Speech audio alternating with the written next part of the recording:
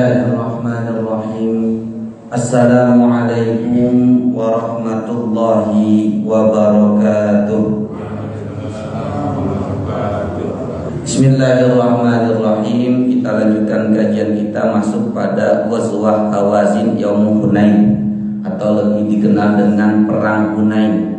Sebelum kita masuk pada Perang Hunain, di sini sedikit flashback dari Fathu Makkah atau penaklukan atau pembebasan kota Mekah. Ketika Rasulullah sudah berhasil menaklukkan kota Mekah, kemudian Rasulullah dapat juga menaklukkannya, langsung Rasulullah menuju ke Ka'bah, yang mana tempat ibadahnya orang Muslim dan kemudian orang-orang umat terdahulu juga ibadahnya di situ, orang-orang Quraisy. Dan tentunya kemudian semuanya dikumpulkan. Dan tentunya ketika banyaknya berhala di depan Ka'bah, karena Rasulullah sudah berhasil menguasai sekitar 300 lebih berhala yang berada mengelilingi Ka'bah. Ya, salah satunya ada berhala Lata wa Uzza, kemudian ada berhala Hubal, itu yang paling besar di Ka'bah. Sehingga ketika itu Rasulullah ingin melaksanakan ibadah, tetapi Rasulullah juga memerintahkan kepada para sahabatnya untuk menghancurkan. Nah, jadi diperintahkan juga untuk menghancurkan berhala-berhala yang ada di depan Ka'bah, yang mana orang-orang kafir Mekah, orang Quraisy pada waktu itu beribadah dengan berhala juga. Kemudian dengan hadirnya Rasulullah sudah dapat membuka Mekah. Kemudian Rasulullah menghancurkan satu persatu. Salah satunya berhala yang paling besar adalah berhala Hubal. Jadi ketika berhala Hubal ini mungkin orang-orang kafir pada merasa bangga, merasa aman dengan adanya berhala terbesar tersebut. Kemudian dengan adanya Rasulullah, cukup dengan pedangnya cuma disentuh sedikit, ya. Dalam riwayat tidak dihentakkan dengan kencang, tetapi dengan hentakan sedikit saja berhala tersebut hancur lebur, sehingga kepercayaan orang-orang kafir Quraisy pada waktu itu runtuh. Ternyata berhala yang besar dapat dihancurkan dengan mudah oleh Rasulullah, yang mana kita ketahui kalau tenaga Rasulullah itu bisa lebih dari 10 bahkan 100 orang, satu orang nabi.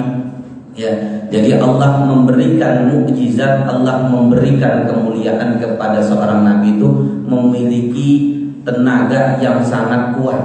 Ya, jadi ketika berhala Hubal yang paling besar, ketika harus diangkut mungkin sekitar 20 orang, tetapi sama Rasulullah cukup dengan satu hentakan saja langsung hancur lebur. Jadi sehingga pada waktu itu orang-orang Mekah pun juga hancur kepercayaannya kepada berhala tersebut. Ketika sudah dihancurkan di sekeliling Ka'bah, kemudian pula ada berhala yang di dalam Ka'bah. Jadi berhala yang di dalam Ka'bah tersebut juga dihancurkan, yang mana kunci Ka'bah itu dipegang oleh dari Abdiddar, dari suku kabilah Abdiddar, yaitu Utsman bin Abi Thalhah.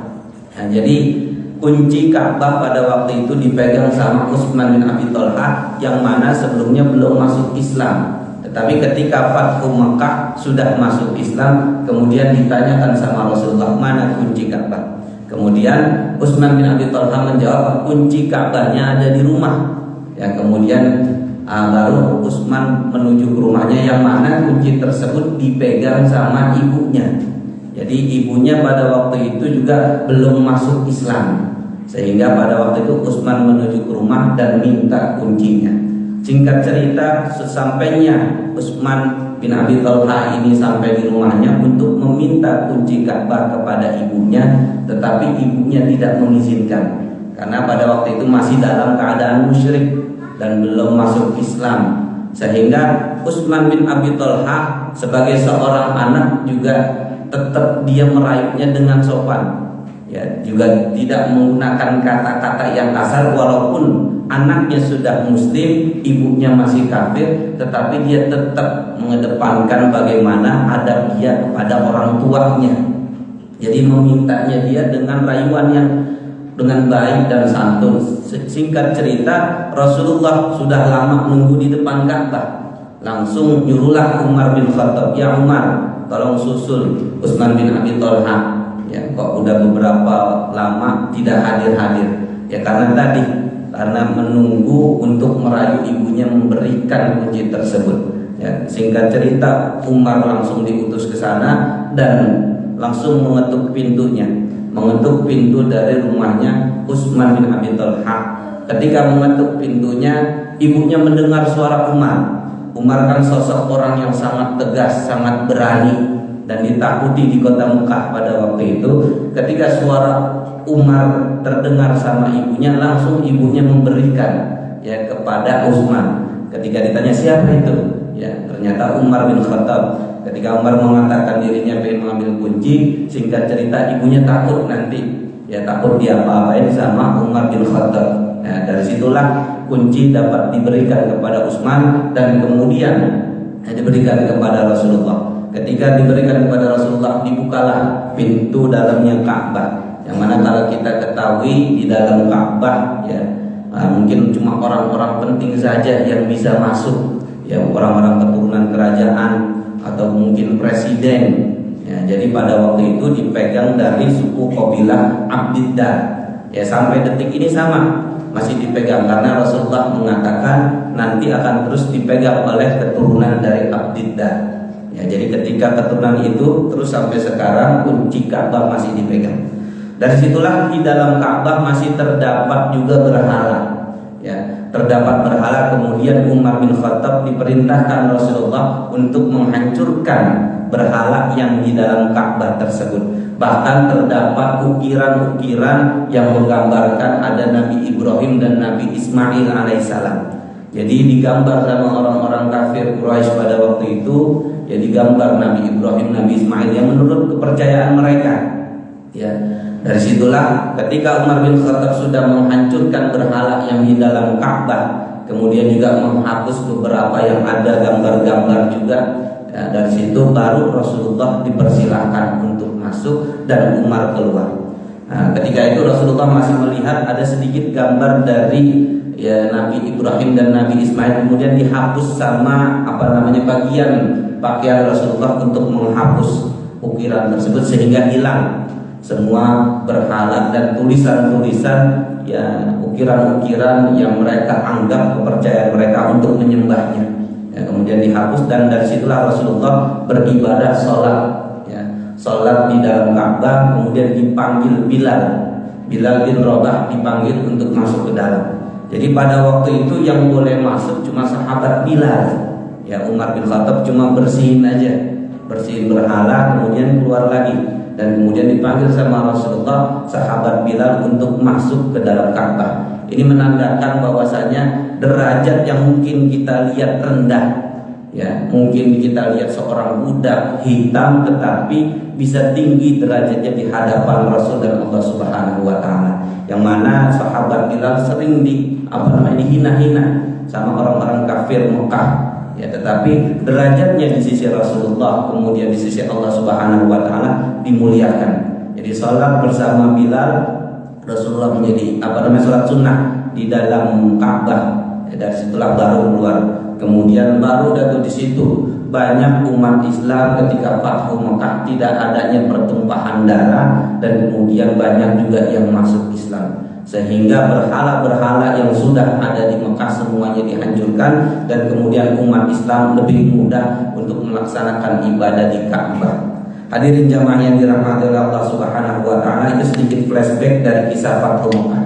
Ya, ketika di bulan Ramadan kemudian di bulan Syawal sekitar 19 hari Rasulullah berada di Mekah untuk Fathu Mekah. Dan di bulan Syawal ada yang mengatakan tanggal 2 Syawal, 5 bahkan 10 Syawal baru terjadi perang Hunain. Ya, perang Hunain ya dari kota Mekah pada waktu itu Rasulullah mendapatkan wahyu dari Allah Subhanahu wa taala untuk menaklukkan daerah Hunain.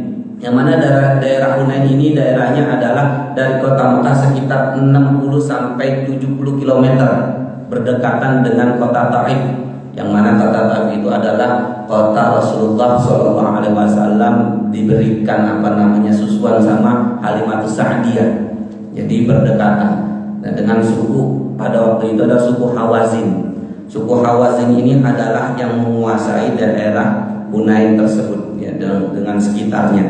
Dan singkat cerita, Rasulullah mendapatkan wahyu untuk pergi ke sana. Ya, yang mana orang-orang Hawazin ini juga adalah orang-orang yang selalu memerangi kota Mekah, dan termasuk ya kabilah yang terbesar juga, dan berhala di sana juga banyak.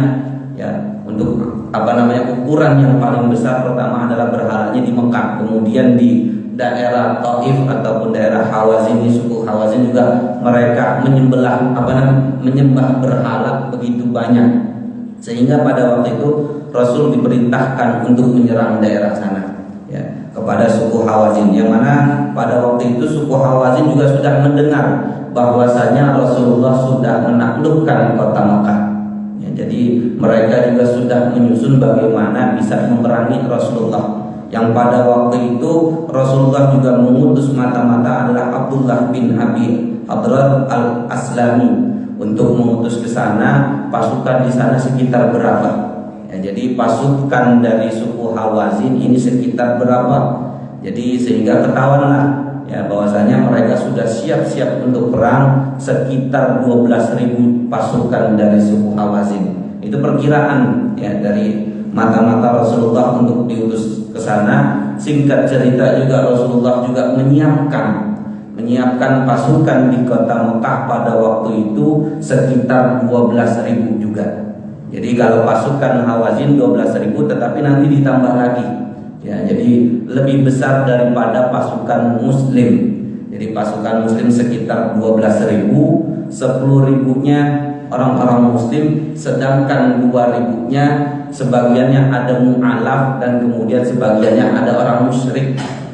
Ya, jadi dalam perang Hunain ini masuk juga orang-orang kafir. Ya, jadi ada orang-orang kafir, salah satunya Sofwan, ya, Sofwan bin Umayyah. Ya, jadi Sofwan bin Umayyah pada waktu itu belum masuk Islam. Jadi ketika itu Sofwan bin Umayyah bin Khalaf belum masuk Islam ketika berada di kota Mekah, tetapi ingin ikut andil dalam perang Hunain. Karena memang orang Mekah punya permusuhan dengan suku Hawazin, sehingga pada waktu itu 2.000-an orang, sebagian mu'alaf, sebagian musyrik.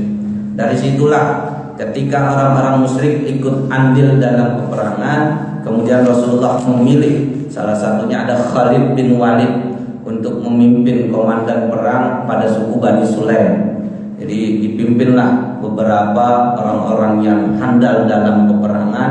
Pada waktu itu Khalid bin Walid juga belum lama masuk Islam, tetapi sudah dipercaya untuk memimpin karena kecerdasannya, kepintarannya dalam menyusun strategi.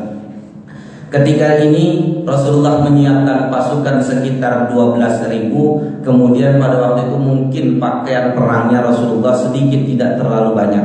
Ya, singkat cerita, mintalah dia kepada Sofwan bin Umayyah. Ya, jadi Sofwan bin Umayyah bin Khalaf, Rasulullah minta karena Sofwan ini memiliki istilahnya gudang untuk membuat persenjataan baju besi, pedang, ya semuanya ada. Nah, jadi pada waktu itu Rasulullah minta kepada Sofwan ini untuk diberikan untuk meminjam. Jadi pada waktu itu Rasulullah ingin meminjam beberapa alat perang. Kemudian kata Sofyan, apakah ini mau dibeli atau mau dipinjam? Kemudian Rasulullah mengatakan, mau saya pinjam terlebih dahulu. Ini menandakan bahwasanya boleh kita bermuamalah sama orang kafir selama masih kita percaya. Jadi pada waktu itu Rasulullah pengen minjam kepada Sofwan bin Umayyah yang pada waktu itu belum masuk Islam, tetapi dia ikut andil dalam peperangan. Dia minjam sekitar 100 baju besinya. Ada yang mengatakan 300 baju besi. Kemudian minjem pedang, yang mana pada waktu itu juga minjem kepada Ya'la bin Umayyah juga. Ya, ada minjem 30 ekor untanya. Nah, kemudian juga 30 buah baju besi. Jadi Rasulullah pada waktu itu mungkin persenjataannya masih kurang untuk menuju ke daerah Hunain. Dari kemudian Rasulullah meminjam kepada Sofwan bin Umayyah, dan singkat cerita diberikan juga, dan kemudian Sofwan menagih. Ya, kata Rasulullah, nanti akan saya kembalikan apa yang saya pinjam. Jikalau memang rusak, akan saya ganti dengan yang baru. Ini menandakan bahwasanya keteladanan dari sifat Rasulullah. Kalau kita minjem, kalau rusak maka harus kita ganti. Ya, jadi jangan sampai kalau kita minjem sesuatu kita rusakin, kita nggak tanggung jawab. Jadi Rasulullah ketika meminjam misalnya pedang, baju besinya udah rusak, maka akan Rasulullah ganti. Itu yang dikatakan oleh Rasulullah kepada Sofwan bin Umayyah. Dari situlah kemudian disusun strategi, sudah disiapkan baju perang semuanya sekitar 12.000 dari mulai kudanya dan ontaknya.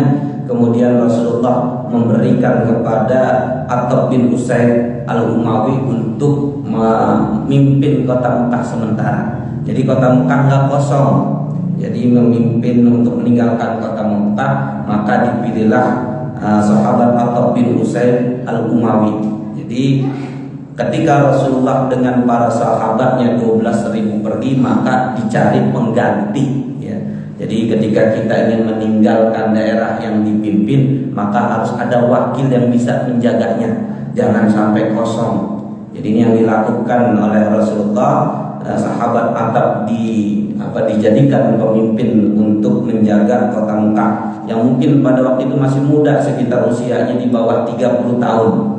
Ya, jadi di bawah 30 tahun, ada yang mengatakan sekitar 20 tahun sahabat Attab ya bin Usaid. Ketika itu Rasulullah sudah menyusun ya di bulan Syawal ini dengan strateginya ya, kemudian Bani Sulaim dipimpin sama sahabat Khalid, yang semuanya komandonya dipimpin sama Rasulullah. Kemudian dibagi-bagi dan kemudian dari suku Hawazin ini ya, mereka lebih dulu yang dipimpin oleh Malik bin Auf. Ya, jadi pada waktu itu ada Malik bin Auf dan kemudian ada Duraid bin Simmah atau bin Summah yang memimpin daerah Hawazin. Ya, kalau Duraid bin Simmah ini adalah tokoh di Hawazin yang udah tua, usianya bisa sampai 100 tahun lebih. Ya, sebagian orang-orang suku Hawazin gak mau dia jadi pemimpin, tetapi dia masih cerdas, perkataannya masih diikuti. Ya, mungkin dia sudah tidak kuat lagi untuk berperang, tapi kecerdasannya dia nggak pikun, ya kepintarannya diambil sama suku Hawazin. Kemudian dipimpin sama tokoh muda yang bernama Malik bin Auf dari suku Hawazin. Dari suku Hawazin ini memiliki tokoh yang kuat kekar. Ya, pada waktu itu Malik bin Auf juga belum masuk Islam, yang nantinya setelah peperangan ini Malik bin Auf akan masuk Islam. Singkat cerita, dari Malik bin Auf menyusun strategi juga sekitar 12.000 pasukan, ada yang mengatakan bahkan sampai 20.000. Ya, 2 kali lipat dari pasukan Muslim. Ya, jadi pasukan dari suku Hawazin lebih banyak, sehingga diutuslah Malik sebagai pemimpin. Kemudian dicari ketika menjadi seorang pemimpin, disuruh juga para wanita dan anak-anaknya ikut andil untuk peperangan. Singkat cerita, terdengar sama Duraid ya bin Simmah ketika itu bahwasanya kok dalam peperangan terdapat wanita dan anak-anak ikut andil. Ya, sehingga kedua pemimpin ini merasa cekcok dalam menyusun strategi. Bahwasanya ketika Malik bin Auf menyusun ini biar disangka pasukannya lebih banyak. Kemudian ketika pasukannya lebih banyak, nanti biasanya ketika para pasukan membawa anak dan istri, ketika mereka merasa kalah, mereka malu, mereka akan bangkit lagi. Itu salah satu strategi yang mau direncanakan sama Malik bin Auf. Sedangkan Duraid bin Simmah gak sependapat sama Malik bin Auf ya, yang memimpin suku Hawazin pada waktu itu, bahwasanya namanya kalau udah kalah gak bakal nanti mikirin anak, istri ataupun harta. Ya, jadi ketika dalam kekalahan pasti akan mundur, mereka akan menolong keluarganya. Itu kata Duraid bin Simmah, karena memang perkataannya lebih bijaksana, umurnya pun lebih sepuh, sehingga pada waktu itu ya berbeda pendapat antara dua pemimpin ini, tetapi tetap ya dicari pemimpin yang lebih kuat, yaitu Malik bin Auf sebagai pemimpin. Singkat cerita, Malik bin Auf memberikan pedangnya taruh di bawah, kemudian yang tajamnya taruh di dadanya, ya. Karena sebagian ngikutin pendapat dari Duraid bin Simah dan sebagian ngikut Malik bin Auf. Kata Malik bin Auf, kalau nggak ada yang mau ngikutin saya, lebih baik saya mati. Singkat cerita, dari situlah banyak dari suku Hawazin yang ngikut ke Malik bin Auf, karena dia lebih baik mati daripada banyak yang nggak ngikut pendapat dia. Nah, dari situ banyak dari suku Hawazin yang mengikuti pendapat dari Malik bin Auf karena lebih kuat, ya mungkin lebih bagus memimpinnya. Tetapi dari pengalaman peperangan, Malik bin Auf belum pernah, masih kalah sama Duraid bin Simah. Ya, jadi masih kalah ketika itu. Singkat cerita, dari situlah Duraid bin Simah ya mengatakan, boleh, ya udah kita lanjutkan. Kalau memang tidak sependapat ini, tolong ikutin satu pendapat saya lagi. Sampai di daerah Hunain, yang mana Duraid bin Simah tahu daerah ini, walaupun dia buta. Jadi udah sepuh, udah tua, buta, tetapi memiliki kecerdasan yang sangat baik dalam strategi perang. Ketika ditanyakan, sudah sampai di mana kita? Sudah sampai di daerah Hunain, ya lembah Hunain sudah sampai. Kemudian Duraid bin Simah merencanakan strategi sebelum peperangan, bahwasanya dari suku Hawazin untuk menyiapkan, ya dalam peperangan di lembah-lembah ini, membuat lubang untuk menaruh pasukannya. Jadi lembah Hunain ini begitu terjal kalau turun. Jadi dikelilingin sama bebatuan sama bukit-bukit. Kalau mau turun pun lebih sulit. Mungkin bisa lihat di Google ya lembah Hunain, ataupun pernah berangkat umroh, pernah menuju ke daerah Hunain tuh lembahnya agak sedikit terjal. Jadi sehingga pasukannya kalau mau turun pun agak kesulitan. Dari situ dia mempunyai strategi membuat lubang-lubang untuk menaruh pasukan dari suku Hawazin. Untuk menaruh pasukan dari suku Hawazin ini, sehingga ketika pasukan muslim melihat nggak ada orangnya. Jadi memang strategi dari Duraid bin Simah begitu cerdas. Ketika itu Malik bin Auf disuruh begitu, buat strategi, buat lubang-lubang, taruh pasukan di sana beberapa, sehingga nanti nggak kelihatan sama orang-orang muslim. Jadi orang-orang muslim menganggap bahwasanya di lembah Hunain ini sepi. Ya dibuatlah, diikutilah pendapat dari Duraid bin Simah, Malik bin Auf buat lubang-lubang di lembah tersebut, sehingga terdapat pasukan-pasukan yang ada di dalam lubang-lubang lembah tersebut. Dari situ kemudian juga ketika Rasulullah mengutus melihat daerah Hunain, ketika dalam perjalanannya sudah mau nyampe daerah Hunain, bahwasanya di daerah Hunain itu sepi. Karena apa? Pasukan dari suku Hawazin ini mereka ngumpet di lubang-lubang. Ya, mereka ngumpet di lubang-lubang yang sudah dibuat rapi, sehingga pada waktu itu Rasulullah dengan pasukannya melihat sepi. Nah, singkat cerita, dari atas bukit, ya, jadi Rasulullah dengan pasukannya akhirnya mengutus Khalid bin Walid untuk lebih dulu memimpin pada suku Bani Sulaim, sekitar 2000 atau sekitar 1000-an, 1000 sampai 2000 pasukan yang dipimpin oleh Khalid bin Walid untuk turun ke lembah Hunain. Ketika dalam turunnya tersebut ya melihat sepi. Ketika dalam keadaan sepi akhirnya turun, dan kemudian barulah keluar dari pasukan suku Hawazin dari lubang-lubang dan menyerang pasukan dari Khalid bin Walid. Jadi sehingga pada waktu itu sekitar 1000 pasukan dari Khalid bin Walid kocar-kacir. Ya, dalam peperangan tersebut kocar-kacir karena munculnya dari lubang-lubang, dan bahkan banyak yang meninggal pada waktu itu, dan bahkan dikisahkan Khalid bin Walid juga terkena pedang beberapa kali, sehingga banyak luka yang terkena pada Khalid bin Walid. Dan karena suku Bani Sulaim ini baru banget mu'alaf, ketika mendapatkan penyerangan kekalahan mereka langsung pada takut. Ya, namanya mu'alaf biasanya kan masih belum dalam keadaan iman yang kuat. Tapi kalau orang muslim yang kuat, yang sudah siap mati, bakal maju terus. Tetapi Bani Sulaim yang dipimpin oleh Khalid bin Walid ketika sudah diserang habis-habisan dan akhirnya pada kabur ke atas, sehingga yang lagi turun sama yang naik bentrok itu.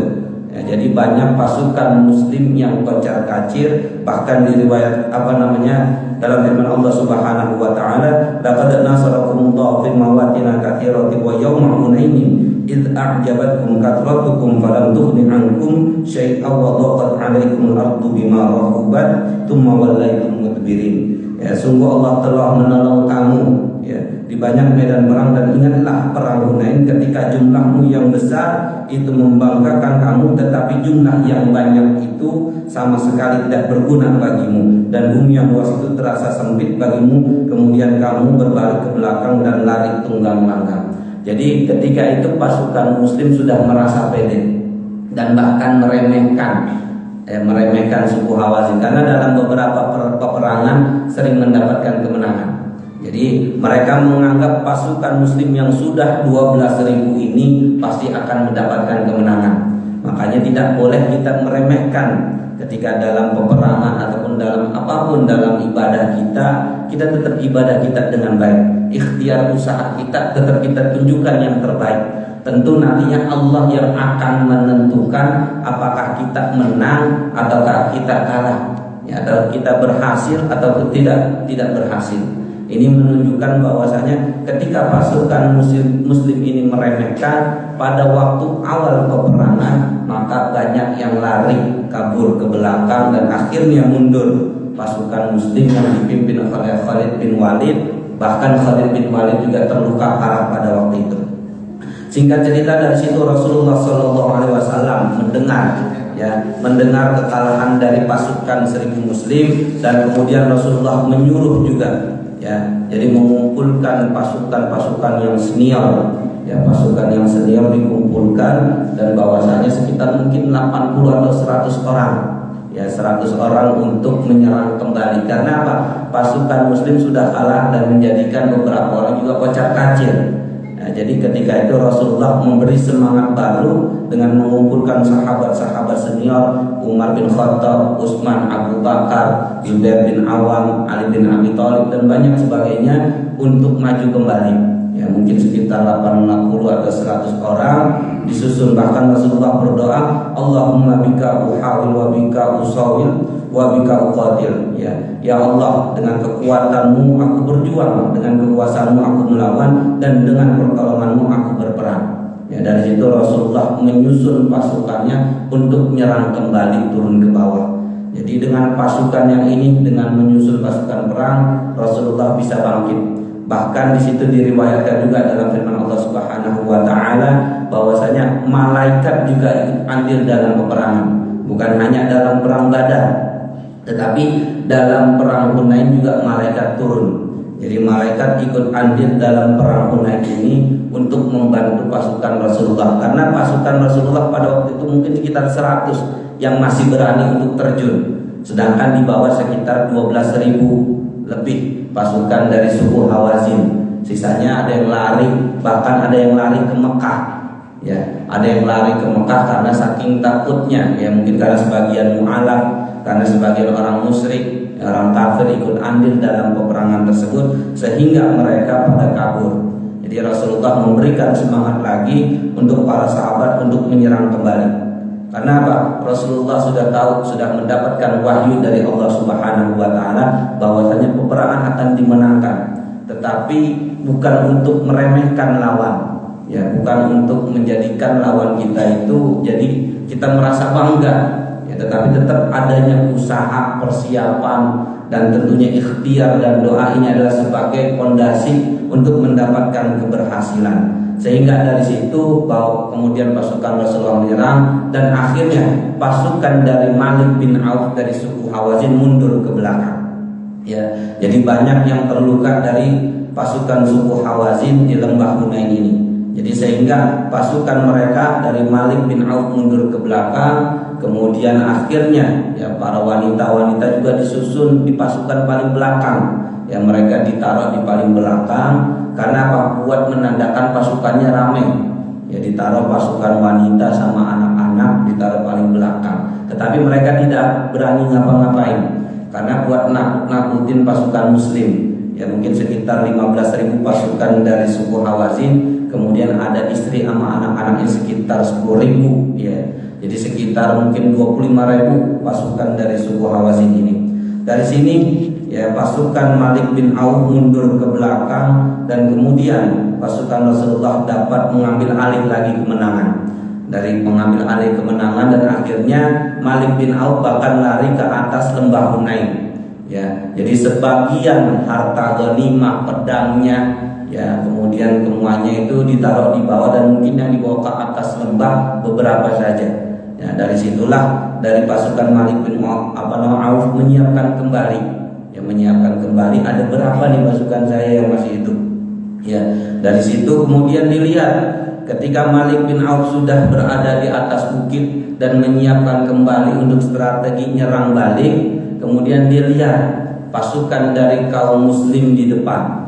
Ya, pertama pasukan yang pertama adalah dipimpin dari Bani Sulaim, yang sebagian sudah banyak yang kalah. Dia naruh panahannya, ya tempat cemeti panahnya itu ditaruh di bagian di bagian kepala. Jadi Bani Sulaim selalu naruh cemeti panahnya biasanya di kudanya di kepala bagian atas. Jadi kalau dia mau manah tinggal ngambil dari atas. Ya, jadi buat panahannya bisa diambil. Kemudian kata Malik bin Auf, pasukan itu siapa? Pasukan dari mana? Itu pasukan dari Bani Sulaim, yang mana dia bukan ahli perang, kita masih berani lawan. Ya, kata sebagian dari anggotanya Malik bin Auf. Kemudian datang lagi dari pasukan muslim, ya yang mana itu dari Madinah. Ya, Madinah sudah ngumpul juga. Mereka naruh anak panahnya biasanya naruhnya di bagian bagian belakang, ya bagian belakang. Ya, jadi pada waktu itu kelihatan juga sama pasukan Malik bin Auf. Itu pasukan mana? Pasukan dari Madinah. Jadi kemudian kata Malik bin Auf dengan anggotanya bahwasanya pasukan Madinah masih bisa kita kalahin. Dan kemudian pasukan yang ketiga, ya, pasukan yang dipimpin dari Zubair bin Awam, ya sepupu Rasulullah SAW. Kemudian dilihat lagi, itu pasukan yang satu dari mana? Ya memakai imamah warna kuning. Ya kemudian ketika memakai imamah warna kuning, kemudian naruh cemetinya juga, ya kelihatan di bagian belakang juga. Ini menandakan bahwasanya ketika Malik bin Auf bilang nanya ke pasukannya itu siapa? Itu Zubair bin Awam yang memakai imamah warna kuning. Singkat cerita dari sini pasukan Malik bin Auf langsung mundur karena dia punya cerita dengan Zubair bin Awam. Ya, jadi ketika waktu masa kecilnya dia pernah berantem, pernah bergulat. Ya Malik bin Auf ketika bergulat dengan Zubair bin Awam nggak pernah menang, ya selalu mendapatkan kekalahan. Ketika mendapatkan kekalahan ini, ketika melihat pasukan muslim ya dipimpin Zubair bin Awam dari pasukan Mekah, ya langsung mundur. Ya jadi Malik bin Auf langsung mundur ke belakang, bahkan pada waktu itu ya langsung pada kabur kocar kacir, sehingga pasukan muslim dapat menang dalam perang Hunain ini. Jadi dalam perang Hunain ini adalah kemenangan yang didapatkan oleh kaum muslimin, tetapi memang awalnya meremehkan karena dari jumlahnya 12.000 yang banyak, sehingga mereka menganggap remeh pasukan dari suku Hawazin yang dipimpin oleh Malik bin Auf. Sehingga pada waktu itu dari pasukan Malik bin Auf lari, kemudian ada Duraid bin Simmah. Ya, jadi ada salah satu sesepuh dari suku Hawazin yang sangat dipercaya tadi yang sudah saya ceritakan. Ya dia buta, dia naik di seekor untanya digotong sama beberapa orang dari suku Hawazin. Pada waktu itu kan sudah kalah, sehingga Duraid bin Simmah ini nggak bisa ngapa-ngapain. Ya pada waktu itu untanya nggak lari ke belakang bareng Malik bin Auf, tetapi larinya ke depan menuju ke pasukan muslim. Jadi ketika menuju ke pasukan muslim, dia nggak tahu ke arah mana ini. Ya, yang singkat cerita pada waktu itu ya diketemukanlah sama sahabat Robi'ah, ya Robi'ah bin Rufayyah ya Al-Aslami. Ya pada waktu itu juga dari pasukan muslim melihat ada orang suku Hawazin yang udah tua, ya kemudian dia mau bunuh karena sahabat Robi'ah ini nggak ahli berantem, nggak ahli megang pedang. Jadi pada waktu itu dia pengen bunuh tuh ya, Duraid bin Simmah, ya, tokoh orang suku Hawazin, pengen bunuh tetapi dia tidak pandai menggunakan pedang. Singkat cerita cuma kena bagian tangannya. Nah, jadi cuma kena bagian tangannya sehingga cuma terluka. Karena memang Duraid bin Simmah ini adalah dulunya memang kuat, kekar dan cerdas. Tetapi karena usianya sudah mencapai 100 lebih, ya mungkin sudah tidak kuat lagi untuk berdiri. Jadi mungkin lebih kecil tubuhnya, tetapi kekuatan badannya, mungkin tulangnya masih kokoh. Jadi masih kokoh dan masih bagus. Dan pada waktu itu mau dibunuh sama sahabat Rabi'ah, tetapi tidak mempan. Ya, karena memang yang ini tidak bisa menggunakan pedangnya. Ketika pada waktu itu dibilang sama sahabat Duraid sama ini dari suku Hawazin, Duraid bin Simmah, siapa engkau? Saya Rabi'ah. Ya. Jadi malah diajarin sama Duraid bin Simmah, megang pedangnya kalau mau bunuh saya bukan begitu. Jadi kalau mau bunuh saya itu penggal leher saya, alain ulu hati saya atau jantung saya. Malah diajarin. Ya karena apa? Duraid bin Simmah sudah pasrah karena sudah tahu kalah dan mungkin sudah tidak dapat kemenangan, dan dia sudah pasrah. Udah kalau mau dibunuh saja, tapi caranya bukan begitu. Ya, jadi megang pedangnya salah, kalau mau bunuh langsung penggal leher saya. Ya, dari situlah diajarinnya sama Duraid bin Simmah dengan isyarat, kemudian dibunuh Duraid bin Simmah. Ya, karena pasukan dari Malik bin Auf sudah mundur. Ya, jadi pasukan dari orang-orang suku Hawazin mundur. Yang pada waktu itu Malik bin Auf belum masuk Islam. Karena ketika dalam peperangan ini Malik bin Auf melihat pasukan Muslim begitu banyak dengan memakai pakaian putih. Jadi ketika dalam peperangan yang mungkin sekitar 100 dari pasukan Rasulullah, ya, yang berani, yang sebagian lagi mundur. Ya, tetapi pada waktu itu sahabat Malik bin Auf melihat pasukan Rasulullah banyak sekali pasukan-pasukan yang menggunakan jubah-jubah putih, yaitu malaikat semuanya diturunkan. Jadi malaikat-malaikat diturunkan untuk membantu dalam perang Hunain ini.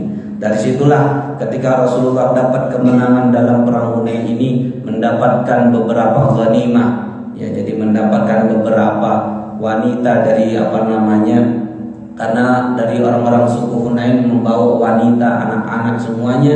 Dari situ mendapatkan ghanimah yang begitu besar, mendapatkan unta, kambing dan lain sebagainya. Dan singkat cerita, ketika Malik bin Auf sudah lari tunggang-langgang dengan pasukannya, Rasulullah mendapatkan keberkahan. Karena yang sudah dijanjikan Allah, ketika kemenangan ini sudah didapatkan, kemudian dari ghanimah ini baru diberikan kepada para sahabatnya. Ya, salah satu sahabat yang diberikan ghanimah adalah sahabat Sofyan. Ada sahabat Sofyan, ada sahabat Sofwan juga, Abu Sofyan, dan ada sahabat Sofwan bin Umayyah. Jadi dikasih dikasih ghanimahnya, ya dikasih 100. Jadi pertama sahabat Abu Sofyan, yang mana pada waktu itu masih banget baru mu'allaf, ya. Kemudian dipanggil sama Rasulullah, ya Abu Sofyan, kemarilah. Ya, dikasih 100 unta, dikasih 100 uqiyah. Ya, jadi 100 uqiyah emas, ya, mungkin sekitar berapa ratus gram lebih. Ya, dikasih 100 unta, kemudian 100 uqiyah. Dipanggil juga sahabat Sofwan bin Umayyah. Kemudian dipanggillah beberapa pembesar-pembesar di kota Mekah yang masih pada mu'allaf pada waktu itu, dikasih itu. Ya, dikasih ghanimah. Jadi yang dipilih yang awal adalah orang-orang mu'allaf.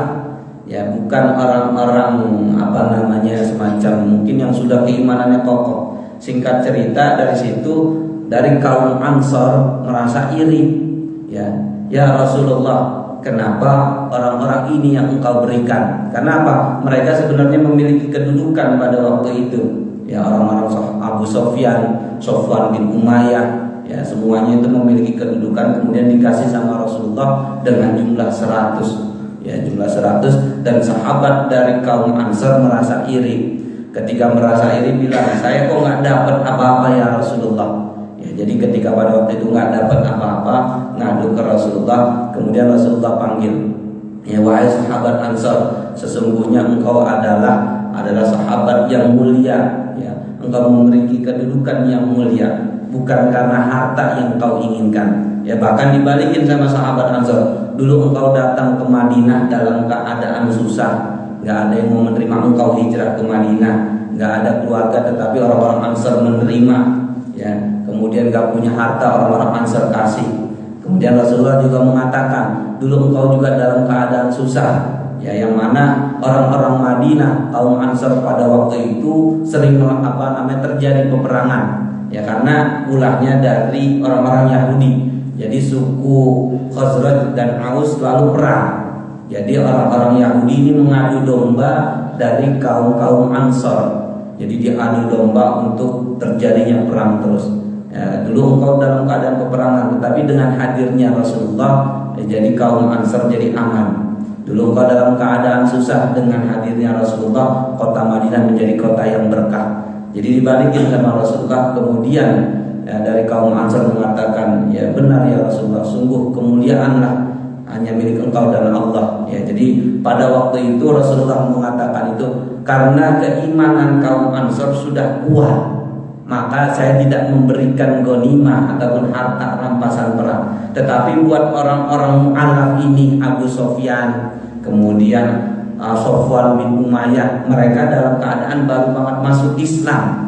Ya, ataupun dari kaum musyrik tetapi dia membantu Islam, akhirnya dikasih dari 100 uqiyah, 100 unta. Jadi buat mengokohkan mereka sehingga mereka lebih kuat lagi dalam keislamannya. Tetapi orang-orang Ansor ini nggak dikasih sempurna, nggak dikasih banyak, atau nggak dikasih sama sekali. Karena apa? Keimanan engkau lebih kuat, karena keimanan engkau sudah lama dan sudah lebih bagus. Kemudian dari situ orang-orang Ansor banyak yang nangis karena perkataan dari Rasulullah SAW bahwasanya dalam peperangan bukan mencari materi, tetapi bagaimana untuk mendapatkan untuk mendapatkan kemenangan itu dengan keimanan dan ketakwaan, bukan karena materinya, tetapi karena keimanan dan ketakwaan yang kuat sehingga kemenangan akan didapatkan. Hadirin jamaah yang dirahmati oleh Allah Subhanahu wa taala, itulah dari kisah dari perang Hunain, sehingga dari sinilah kemenangan didapatkan oleh kaum muslimin. Walaupun awalnya mendapatkan kekalahan, tetapi kemudian Allah memberikan petunjuk, cuma beberapa orang saja, sekitar 100 dari pasukan muslim, yang kemudian Rasulullah memberikan semangat kembali, dan akhirnya kemenangan didapatkan lagi oleh kaum muslimin dalam perang Hunain ini.